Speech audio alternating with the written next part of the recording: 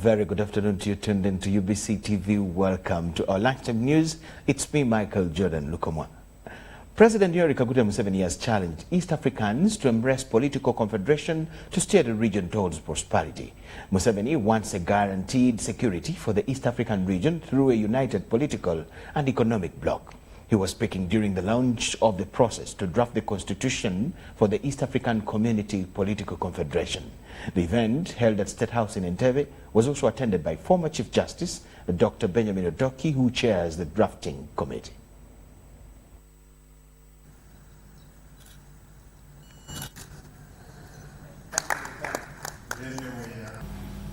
So the questions are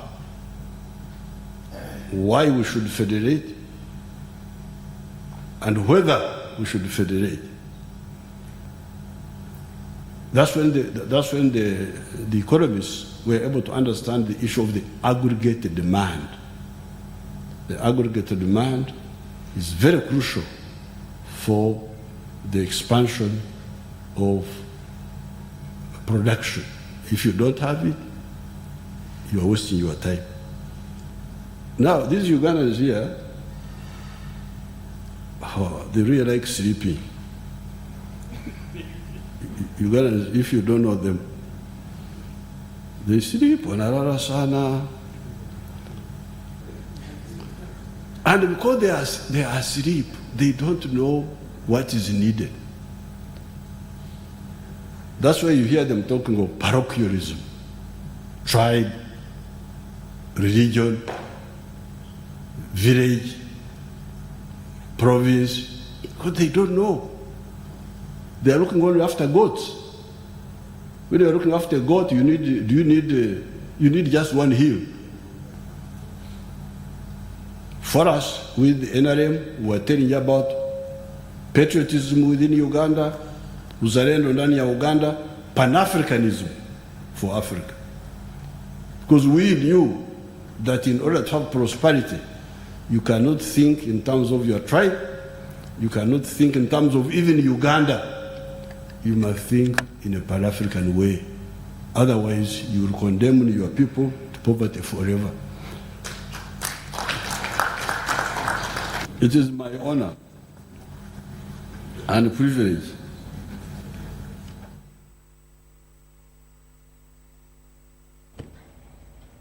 Yes, His Excellency President Yoweri Museveni speaking at the launch of the committee that will draft the East African Political Federation Constitution.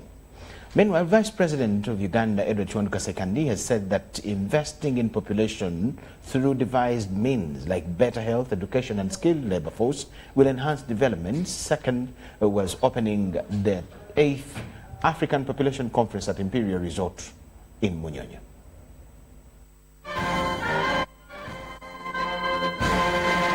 Leaders across the world under their umbrella body, the Union for African Population Studies, have called for solutions to population and development issues in Africa. This was during the 8th African Population Conference. Professor Samuel Nikojo, the outgoing president of the Union, says the conference foresees a dubbed Entebbe Declaration that will aid stakeholders to address sustainable development goals. A kind of a blueprint to African government as to how to proceed into the future with their population programming and policies. Among the key issues was eradicating poverty, which is key if African countries are to achieve sustainable development goals. For African governments, we are encouraging them to take advantage of these demographic dividends that we will have in our countries. The participants included researchers, policymakers, donors and program implementers, among others. Because Uganda's population is largely a young population, and we need them to come on board and be more productive so that Uganda may be transformed. The Vice President of Uganda, Edward Kiwanuka Ssekandi, says developing countries need to understand population matters in development and plan accordingly. In Uganda and other African countries, we continue to witness the bulge in the age group 15 to 64 years. This changing population age structure is favorable for development. If we invest wisely in our people, in Uganda welcome this bulge as the country's labor force, and we will ensure we reap the demographic dividends by providing this age group with health, education, skill, and jobs for employment, so that they become the engine of economic growth in Uganda and create wealth. Natalia Kanem, the Executive Director, United Nations Population Fund, advocates for registration of all marriage at all levels to improve on the data policy. So people, and women in particular, involved in these marriages can be left vulnerable without that protection of that marriage document, that marriage certificate. We hope that this can rapidly change. The 5-day conference under the theme Harnessing Africa's Population Dynamics for Sustainable Development 25 years after Cairo and beyond attracted participants from Malawi, South Africa, Cairo, Togo, Lesotho and Uganda, among others. Daniel Mugoya reporting for UBC. The Private Education Institutions Association of Uganda have called for dialogue with government on allowing fees defaulters to sit for examinations.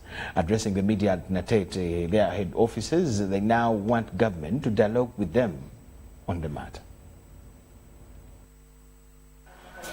Last week, over 40 students of Top Care Secondary School in Iganga district were blocked by the school administrators from sitting examinations before clearing school dues. Ministry of Education and Sports and UNEM threatened to punish the school proprietors. However, school owners through their umbrella have called for dialogue with the Ministry of Education and Sports. That UNEM on many occasions does not allow students or pupils to sit their exams minus paying their full registration dues. We have never had the government coming out, the ministry coming out to condemn UNEB of that. Neither have we ever had any ministry or government of Uganda closing any hospital for denying services to patients who have failed to pay or fulfill their financial obligations.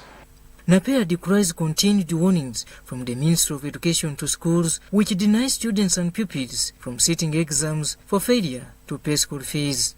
Jeopardize the integrity and commitment of private schools in the provision of education services, but it also impinges and undermines the efforts of schools to pay taxes, to pay teachers, and to pay all the utilities. If you make parents defy to pay the school dues, how will the schools manage to pay the taxes the government wants?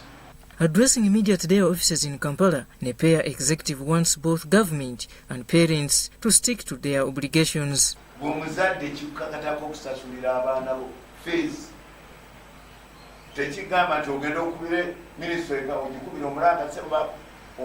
waleeta abaana mu private school, which is, you know, it's a private school. Why do you come to us? Because private school we offer quality and standardized education.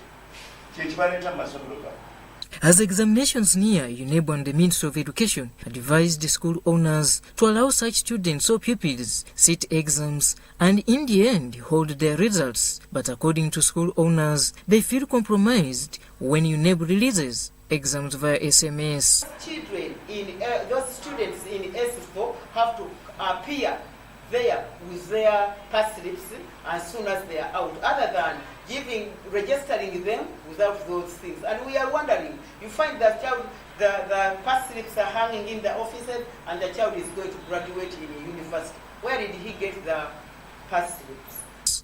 I'm Robert Onyango for UBC News, Kampala. At least 8 passengers drowned in River Muzizi since the onset of October rains.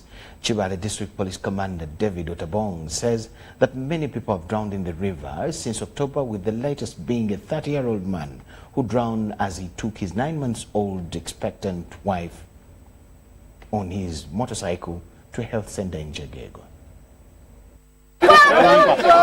Chibale District Police have deployed at the crossing point of River Musizi to help persons crossing. It follows 8 cases of drowning, the latest being a 30-year-old who was taking his expectant wife to Chegegwa Hospital. Chibale District Police Commander David Atabong identified the deceased as Peter Tugume, a resident of Chakazihire in Kabale District. Seperanza Tumwesije, the mother of the deceased, who had accompanied the couple, says when they reached the flooded river, the expectant mother waited for her husband to cross the Chabinyansi River with a motorcycle.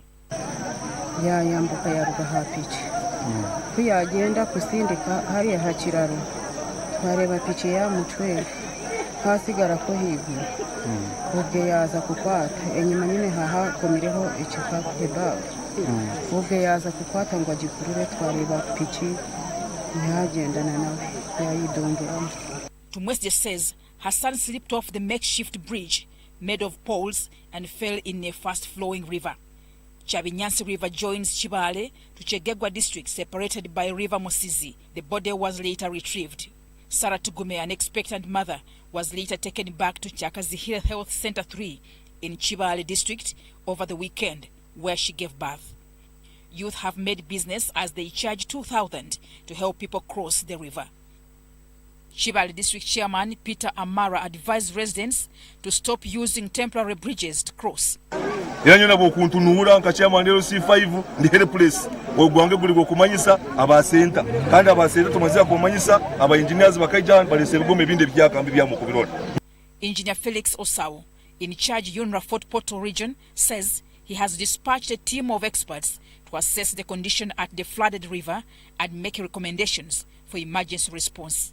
Kumara kugwamo kweyamba yayerezo mukono kashatu babona ari kurenga abandi baba ariho bataramanyaki amizi yagenda na hati takarugireyo barengireho kuronda na hati bacamuronda tibakamubwira. Mutonyi Hilda and Shaidat Nasak for UBC. Story not good there from Chegegwa. Police have embarked on an investigation into allegations that a doctor at Jinjan Regional Referral Hospital broke a child's hand as she was attempting to deliver a woman. The incident happened on Friday last week. The newborn baby is admitted to the same referral hospital. The doctor, whose names are withheld, is said to be an intern who risked carrying out a C-section. The director at this hospital, Dr. Edward Nkurunziza, confirms the incident and pledges that those found to have neglected their duty shall be brought to book.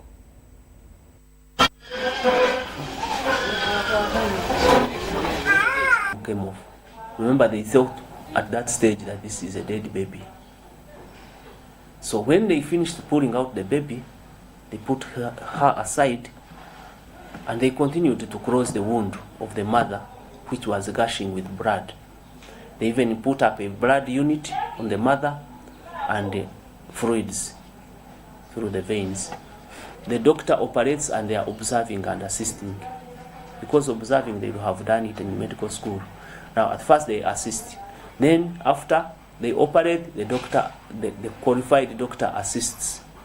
Then, after they operate, when the qualified doctor is just watching, then if the doctor feels that this intern doctor is competent to operate without my hands on, he can allow the intern to operate, but he should be within a calling distance. The unfortunate thing is that this doctor was not on the station, and that's where the problem is.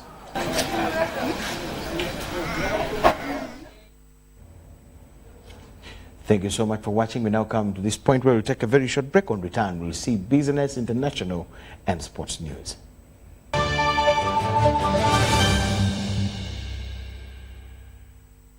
Send money from Airtel to Airtel at 60% discounted rates. Yes, you can now send money for as low as 100 shillings and a maximum of 1,000 shillings. And that's not all. You can now withdraw up to 7 million shillings from your nearest Airtel money agent for as low as 12,500 shillings. Remember, depositing money is free. Buying airtime through Airtel Money is free. Airtel Money and PIN registration is free. Do not pay any transaction charges directly to the agent, and never share your PIN number with anyone. Enjoy the lowest rates on sending and withdrawing money on Airtel Money today. Airtel Money. Simple, instant, secure. Airtel, the smartphone network.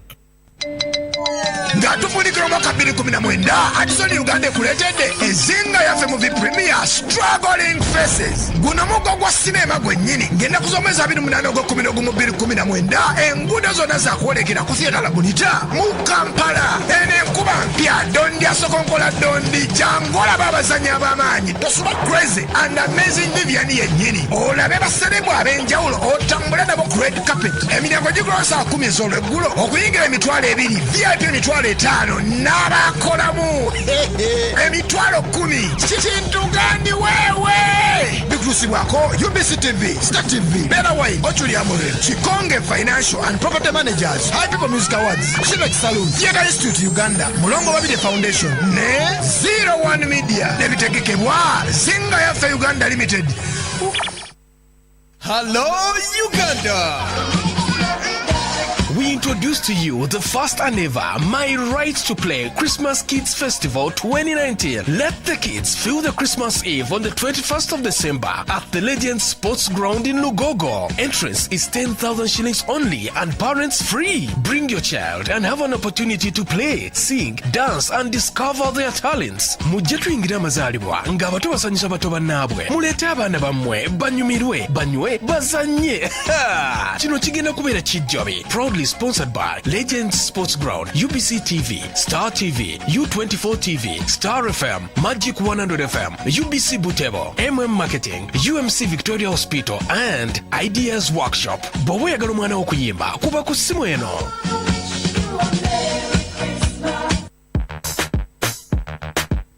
Steve King on the beat. Kata eri wano mu UBC Gardens. Omuntu mutwala. Omukulu bambi jangu leta omwana bw'ojja kuyingirira bwerere togisuwa bambi. Mama ngenda okuzina nze, mama ngenda okukyakala nze, mama ngenda okuzina n'abaana ku stage jangu olaba amazina g'otulabangako gagenda kubeera wano. Buli mwana anayimba jangu n'omutwalo gwo ogw'okuyingira. Mama we tujja okubeera nga tudigida nga tusanyuka. Genda kukola duyiro. Wano wonna wanene UBC Gardens bannange mwena ne mujje emitwalo emeka bambi bujjawo wano wonna mulengerawo wano wonna mulabawo wano wonna mulengerawo wano wonna Gardens za UBC end of the year wegenda okubeera party.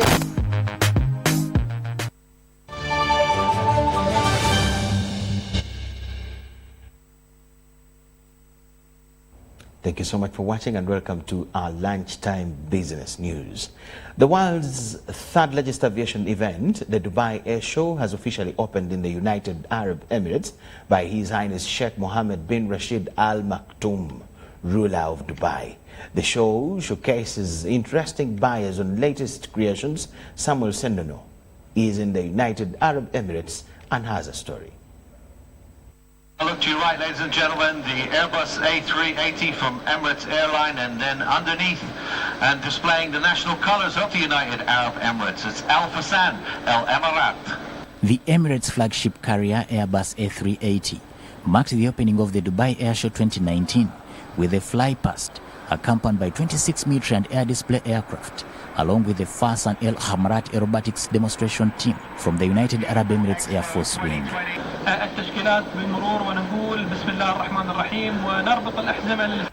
These gave way to the French Air Force team flying the Dassault Alpha jets.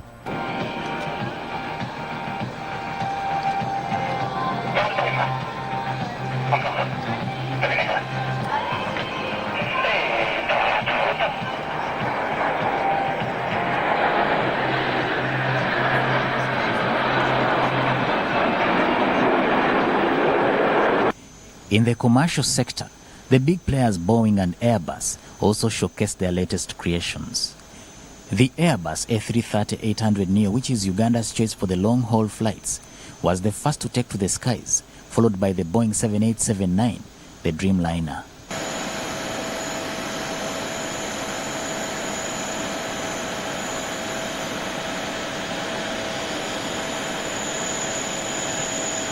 It is day 2 of the Dubai Air Show, and boy, the aerobatics displays have been a sight to behold. But beyond the loops and rolls, players in the aviation industry will also be using this event to see how best they can bring futuristic aviation concepts into reality. One such innovation is the latest creation by Airbus. The Fellowfly is a demonstrator project that is set to boost the environmental performance of commercial aircraft and make a significant impact on emissions reductions for the aviation industry. The world's first electric plane developed by Airbus and ARSE is also another addition. We do believe that electrification is a key enabler in decarbonizing our industry, and by nurturing this race, we help building up a whole ecosystem around electrification with solutions that then later on can be picked up by our urban air mobility or even scaled by our bigger Airbus airplanes. Earlier on, His Highness Sheikh Mohammed bin Rashid Al Maktoum, together with other dignitaries, toured various exhibitors in the main hallway at the DMC. According to organizers, this year's show has attracted over 1,000 exhibitors and numerous trade visitors. Samuel Senono, UBC TV News, in the United Arab Emirates. Samuel Senono reporting from the United Arab Emirates. Members of the Uganda Cooperative Savings and Credit Union have threatened to petition Parliament if their issues are not addressed. This comes at a time when government wants all SACCOs with more than 500 billion and voluntary capital of 1.5 billion to be under the Bank of Uganda, and those with less than the above to remain under the Uganda Microfinance Regulatory Authority. According to Minister of Trade, Industry and Cooperative Report 2017, Uganda registered 8,000 saving and credit cooperative societies. However, after Government of Uganda enacted the Tier 4 Microfinance Institutions and Moneylenders Act 2016, members have called for an urgent meeting to separate the SACCO matters from Bank of Uganda. Mr. Chairman, in the petition, please I beg, you put it clear that we need to reclaim our name, we need to reclaim our identity. We must be called cooperatives as preferred to the registered societies. The Advocacy Committee of Uganda Cooperatives, Saving and Credit Union, Augustine Akeneza, says they will petition Parliament on the matter. Find that one single SACCO has corporate governance provisions to report to Uganda Microfinance Regulatory Authority. At the same time, the same similar equivalent provisions direct a cooperative society, specifically SACCO, to report to the registrar. And we feel somewhere it appears maybe there is no thorough comprehensive investigation in operations of this sector. The Chief Executive Officer of Uganda Cooperatives, Saving and Credit Union Limited, Sylvester Ndiroramukama, says they want to be regulated under one umbrella organization of Uganda Micro Support Regulatory Authority. When you disaggregate them, when you separate them, the big SACCOs are not able to support the small SACCOs because they'll be having different regulatory regimes. How can they be supported? Like the big SACCOs can lend to smaller SACCOs, they can provide advisory services, they can provide trainings like Wazalendo has been doing. Story compiled by Maureen Iga, UBC.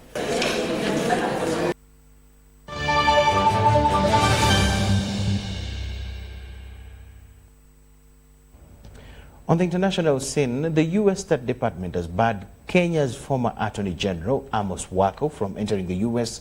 due to involvement in corruption. Wako's wife and son have also been barred. Today's action sends a strong signal that the United States is a valuable partner in Kenya's fight against corruption, said a statement from the U.S. State Department. Wako has yet to react to the U.S. announcement. In 2009, the U.S. imposed a travel ban on Wako, saying he was blocking political reforms in Kenya that were put in place after the violence that followed the 2007 election. At the time, Wako denied the allegations and threatened to sue the U.S. The 73-year-old served as Kenya's Attorney General from 1991 to 2011. He is currently a senator as well as a member of the Building Bridges Initiative, a 14-member team put together by President Uhuru Kenyatta and opposition leader Raila Odinga with an aim of addressing issues that could spark political violence in Kenya. The leaders of 12 African countries will meet German Chancellor Angela Merkel in Berlin on Tuesday for discussions on boosting business investment in Africa.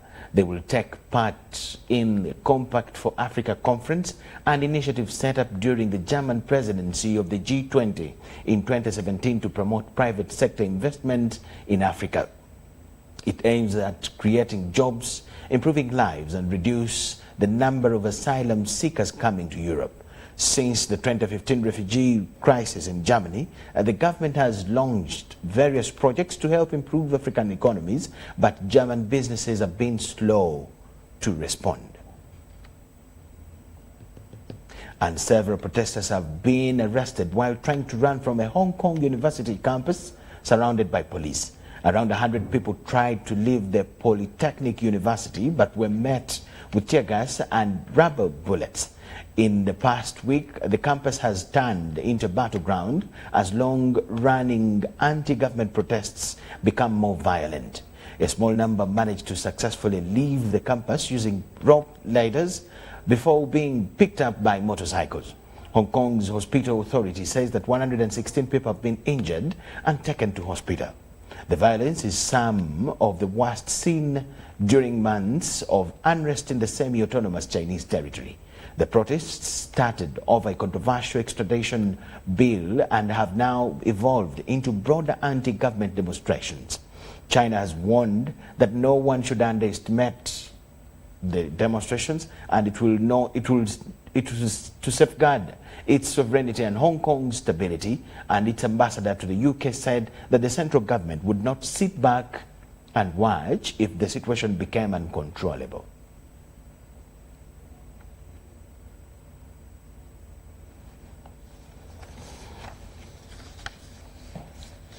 That way we come to the end of what we had for you this afternoon. Thank you so much for watching. Michael Jordan Lukomwa is my name. With the whole team here, we wish you the best of the day. Keep it UBC TV. Bye-bye.